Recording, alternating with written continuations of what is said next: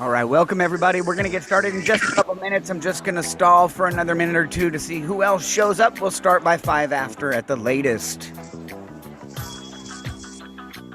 Okay.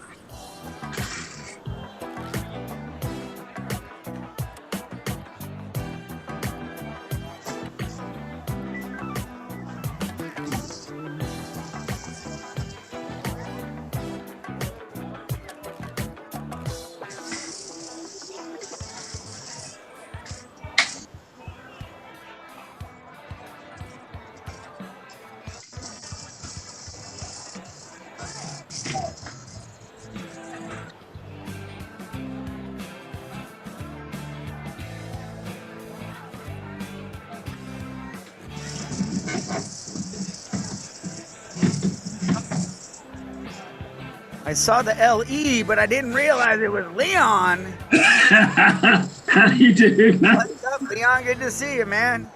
How'd you? I knew LE, but I was like, whoa, that's Leon. Yeah, I think the rest are coming in. They said they were. Who's they? Dan, Neil, Panji. Wow, oh, your whole class. I don't know if they will. They said they will, but don't know. You know them. How you doing, man? Doing pretty good. Doing pretty good. Things are opening up. Life seems to be getting a little bit closer to the way it used to be, which is pretty good. Yeah, that's cool. There's Jason. I don't even know who Jason is, but we'll bring him in.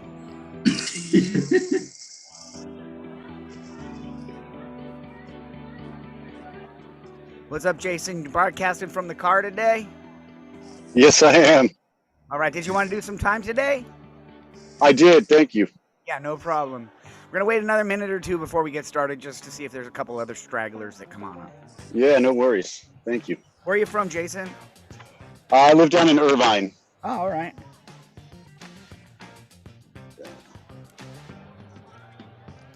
Yeah, we're going to be doing some comedy classes at a new club in Bellflower. It's called the Stand Up Comedy Club. Yeah, it's going to be a little while. It'll be after the first of the year, but we're going to be doing some in-person classes down on this end of the things, and then we'll have the in-person classes in North Hollywood as well. So. Oh, yeah. I can make the North Hollywood ones for sure. Also.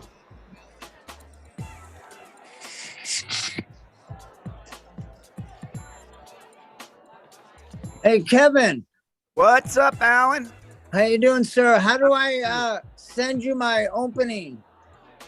Do you want to send it to me? You can either send it to me or put it into chat, whichever you'd prefer. Okay, I'll go to chat right now. All right, perfect.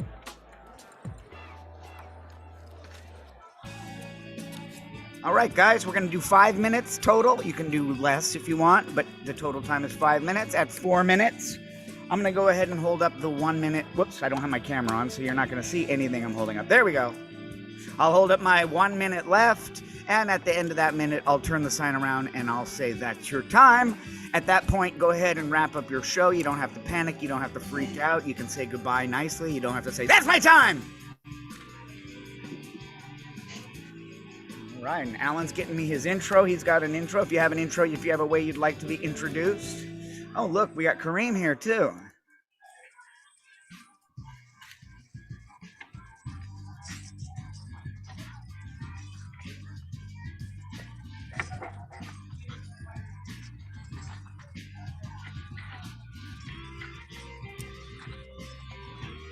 I see, Leon, that you took the time to get all set up before the open mic, get your light ready and everything.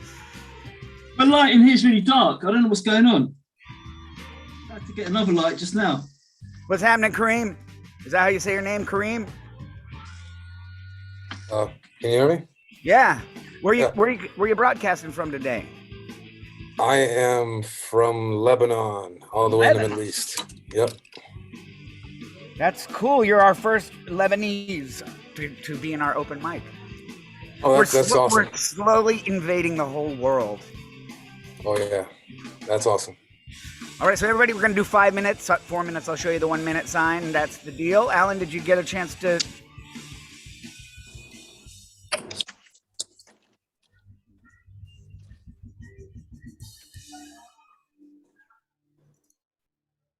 All right. Kevin, I sent it through Got it. Slack. Okay.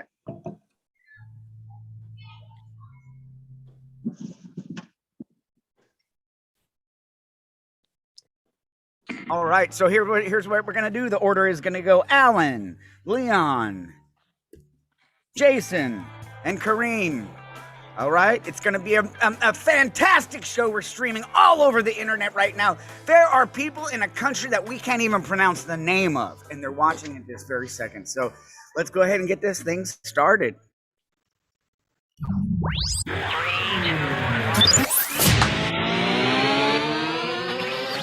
All right, boys and girls, ladies and gentlemen, gods and goddesses, I don't care who you are. I don't care where you're from. I'm just glad you're here today to be in the world's most international open mic. Make some noise for me. Just like that. Yeah, that was good. That was really effective. I'm glad I have my own applause track. Yeah. Otherwise, the silence would have been sad. All right, everybody, welcome. This is so exciting. We have got a great show for you today. If you have seen An Evening at the Improv, if you have seen Netflix specials, if you have seen Hulu comedy specials, all of our comedians have seen those shows too. So, ladies and gentlemen, without further ado, let's get the show rolling. Our first comedian today. He was granted an exemption from the CDC because he has naturally high levels of testosterone. Ladies and gentlemen, from Alhambra, California, Alan Joyce. Glad to be here, guys. Yeah, I practiced my punchlines today. I was telling jokes to my wife's face. I landed all of them. Come on, I left her in tears. Come on, what? You think I hit my wife? I kicked her too. Yeah, no one should raise a hand to a woman ever. I used to believe that. Now they took man explaining away. Come on, what's up with that? You know, hey, ma'am, you need me to explain that to you? What? Oh, don't worry. That's if I have to explain it twice. Okay? All right, lady. The hardest thing about domestic violence is stopping once you start. I mean, it's kind of fun, a little hard on the knuckles. So, but the responsibility really lies with the women's shelter. They should do a better job of teaching these women to cook, clean, and shut the fuck, tell a really, really, really short story. Okay? More facts, less feelings. All right? I mean, I drove her down there with a list of improvements. At least they could have read them. I mean, you know what the problem is? They don't hire men. Yeah. They call it a retreat instead of a teachable moment. You know, how about that MMA fighter, Chuck Liddell? Yeah, you hear this? Just got out of jail and he was in good spirits. Of course, that was his first domestic fight he won in 5 years. You know, I don't want to brag, but Chuck, I'm undefeated, buddy. Yeah, that's why I think overall they should treat marriage like a sport. Okay? I mean, with its own set of rules. No hitting below the belt, no poking eyes, more poking, no foreplay. Okay?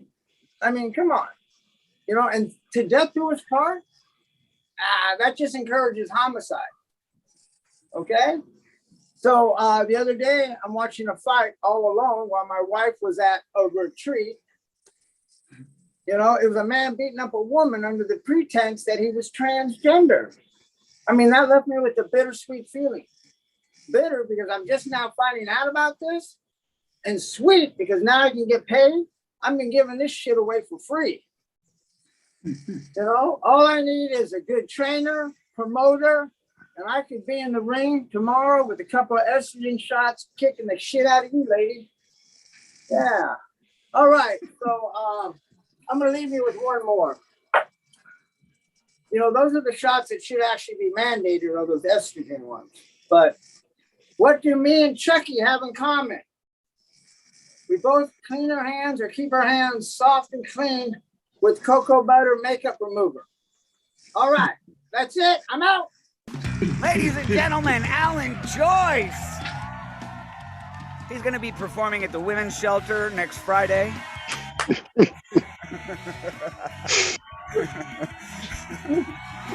Man, I don't even know what to say, Alan. I don't even know what to say. So maybe I should bring up the next comedian, ladies and gentlemen. This performer. He's from London. Are you still in London, Liam? Yeah. Yeah, he's from London. Okay. Ladies and gentlemen, this performer, he's a helicopter pilot. He breeds California condors and he can hold his breath underwater for 26 minutes. Put your hands together from London, England. That's what the LE means. Leon Erlington! Go Leon. Hello. Hello.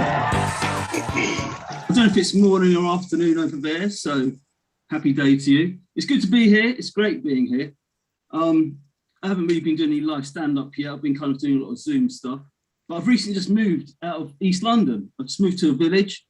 And the villages in England, they're a bit like going on the underground. I don't know if you've been on the underground in England, because there's no signals. No matter where you go, there's no bars. There's no bars anywhere in this village. Absolutely dead. But I was in the village and I went to a restaurant. And the restaurant, they were serving fresh crab. They said, well, we've got fresh crab here. And I said, that's disgusting. You can't sell that. I said, I mean, it's just disgusting. I said, look, I took in my bag and I said, look, just give me one. Give me that one there right after my starter. But the thing is, my girl, I went out recently. I've just started going back out recently. I'm no longer with my girlfriend. So I think I'm too old to go out now, because when I went out, I was talking to this girl and she, I thought I was going to get a phone number. What she wanted to do, she gave me a seat. She said, oh, here you go. You sit down here, mate. You just sit here. I thought, I don't need a seat. I'm not that old. I'm only 39. I'm only 39. What do you want your seat for like I'm an old man? Let me just, my knee started aching. I take the chair and sit down. So that didn't look too good.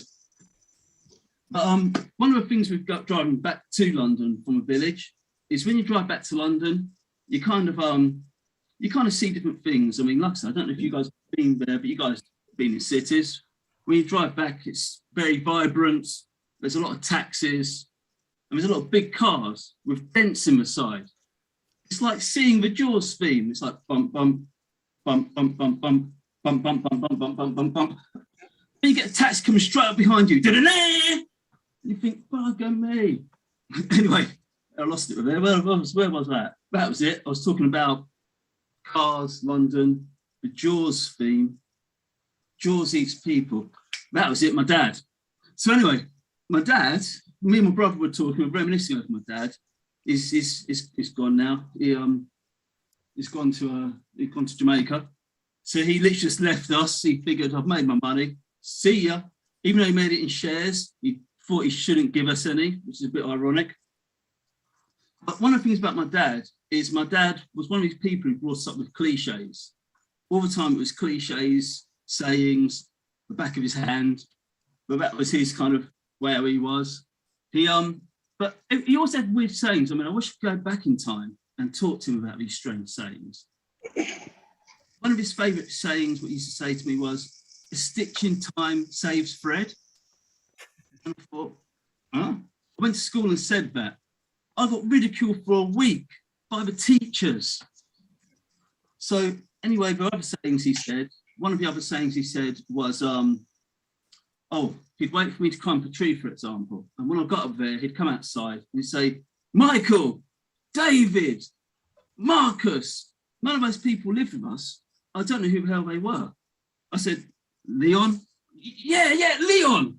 Come out of that tree. If you fall out of a tree and break your legs, don't come running inside crying to me. And when I'm older and I think about it, how do you think that would work? Do you think I'd run in like this? Legs broken? I'd say, I didn't understand that. His other classic cliche was, what was the other classic cliche? Because he had one other one, which is really good. That's the one. When you go out, make sure you wear clean underwear. And I'm sure you guys must have heard this. Make sure you wear clean underwear in case you're involved in an accident. But to be honest, if I'm involved in an accident and all I've got to worry about is shitty underwear, that's quite a good accident. I'm quite happy with that. I mean, I've never been in an accident and worried about bowel control. When the car's rolling and I'm thinking, shit, I'm not thinking about hold it out my pants. But obviously that's what he thought, it would actually be like. But I didn't really understand the whole purpose of this, make sure you wear clean underwear. I mean, what did you think was going to happen? I'd be in a car accident and people would say, well, we can't actually do anything with this gentleman. I mean, he's just got clean pants. I mean, did he think that if there was an accident, the ambulance, when I went to hospital, they'd say, what is wrong with this person? Well, sir, I don't know. He's come in and he seemed to have a few problems with a car accident. Okay, well, I will get him clean and prepped for surgery. Can you remove his trousers, please? Okay, doctor, I've got a few problems here. If you guys have a look. What is it? What are the problems? It's those skid marks. Get him out. Throw him in the street like a dog. I will not deal with this patient. Dirty skid mark underwear. Anyway, I'm going to have to go soon because I know we've been timed out. And one of the things I'm going to say is, one of the things my dad told me before he went to Jamaica, he said, if you make £2 million in 2 years, all you need to do is this. He said, all you need to do is make sure you get some money and invest in, oh, hold on a second. Oh, I think that's my time. You guys, it's been great speaking to you. Good night. All right, Leon. I like that character, the one with the lisp that you had. That's a funny character, dude. Good job, man. Thank you. I like it. Nice work, Leon. Man, oh man. Yeah, I've never understood that clean underwear thing either. Yeah. Makes no sense. In fact, I just always use dirty underwear because it makes sense to just do that. Then nobody can say anything. If anybody said, "Did you shit your pants?" Yeah, I don't know what I'm saying. I really don't know what I'm talking about. I don't. It's okay though. It's okay to do that. Check it out. We got our next performer. This is really cool. This guy right now is on tour somewhere in Southern California, getting ready for a big club appearance. He's taken time out of his busy schedule, stopped signing autographs. He's the inventor of Pop-Tarts. He speaks fluent Pig Latin, and he's served as a member of Congress. Ladies and gentlemen, put your hands together for Jason Klaus! Woo!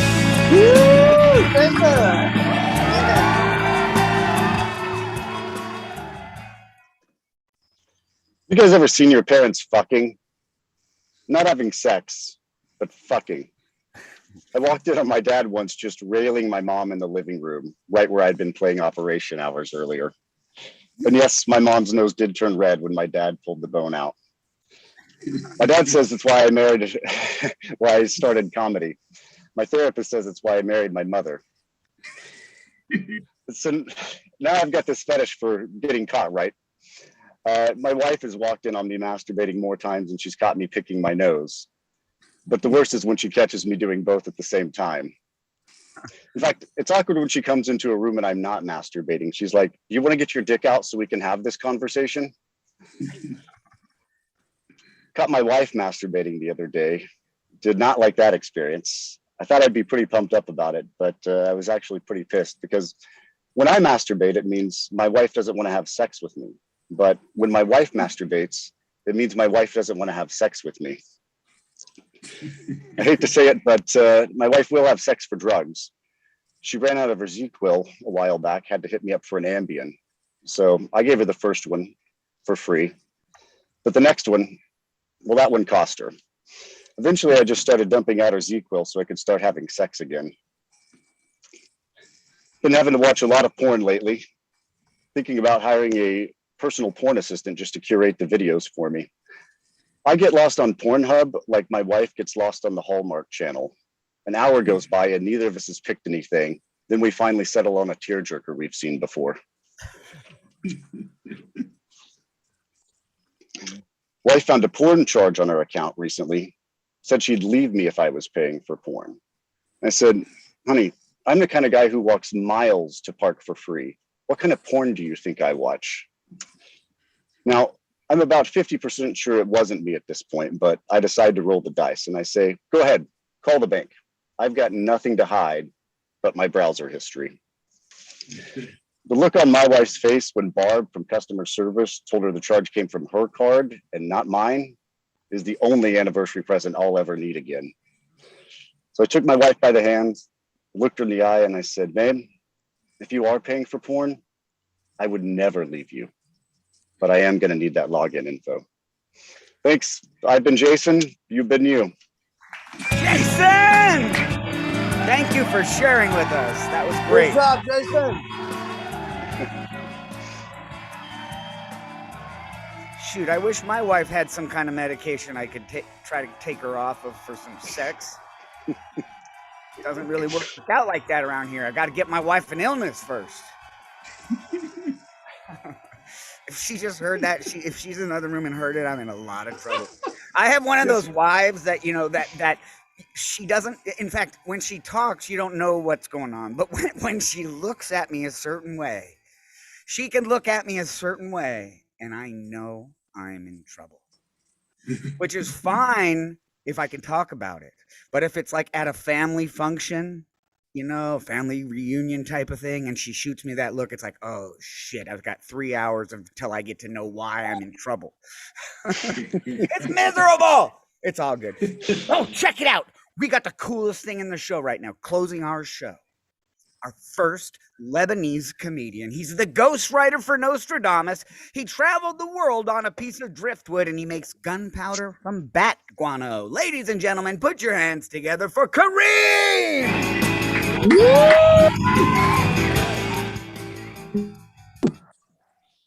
Wow. I hope my audio is working. Hey. Sound good. All right. I hope no one gets mad at me because, you know, and I hope my comedy isn't as bad as my internet because we live in what, you know, Trump calls a shithole. Yeah. I'm not prejudiced, but I'm into black comedy.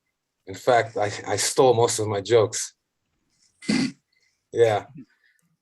Oh, well, and my sex life sucks, you know, and I keep hearing about these rapists and molesters all over the internet, people getting raped and molested. I just don't know where they are when I'm around. You know? Yeah. At this, my life, my sex life sucks. You know, at this point in my life, I would consider getting raped as intimate. It's bad. It's terrible. It's terrible. My girlfriend left me because she said, you know, I was too distant. I said, come closer. I can't see you on the sniper scope. She wanted to break up with me. She said it's because I kept cheating on her with the other hand. I said, calm down. You know, people don't let me hold even people, you know, babies don't like me. Well, people who have babies don't like me. You know, they keep telling me, hey, they keep saying, hey, you can't hold my baby. Well, it's not my fault. I thought they were the animals that landed on their feet. You know, but I love children. I wish I had a kid, a daughter. You know, I want to teach her how to ride a bike, swim, and hold her hair back when she sucks her first cock.